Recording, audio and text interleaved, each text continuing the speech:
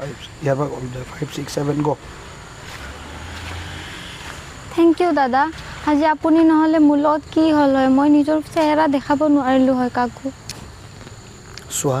তুমি মোৰ ভণ্টিৰ নিচিনা আৰু এটা কথা পৃথিৱীত যদি দানৱ আছে তেনেহ'লে তাক খতম কৰিবলৈ ভগৱানো আছে অকল তাক বিশ্বাস কৰিবা এতিয়া যি হ'ল হৈ গ'ল আই থিংক আমি পুলিচত যাব লাগে ৰ'বা মানুহ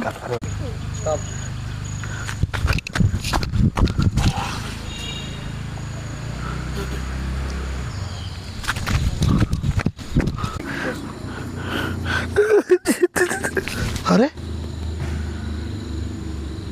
কি ৰে ছোৱালীজনী খুন্দাই গ'ল বাছ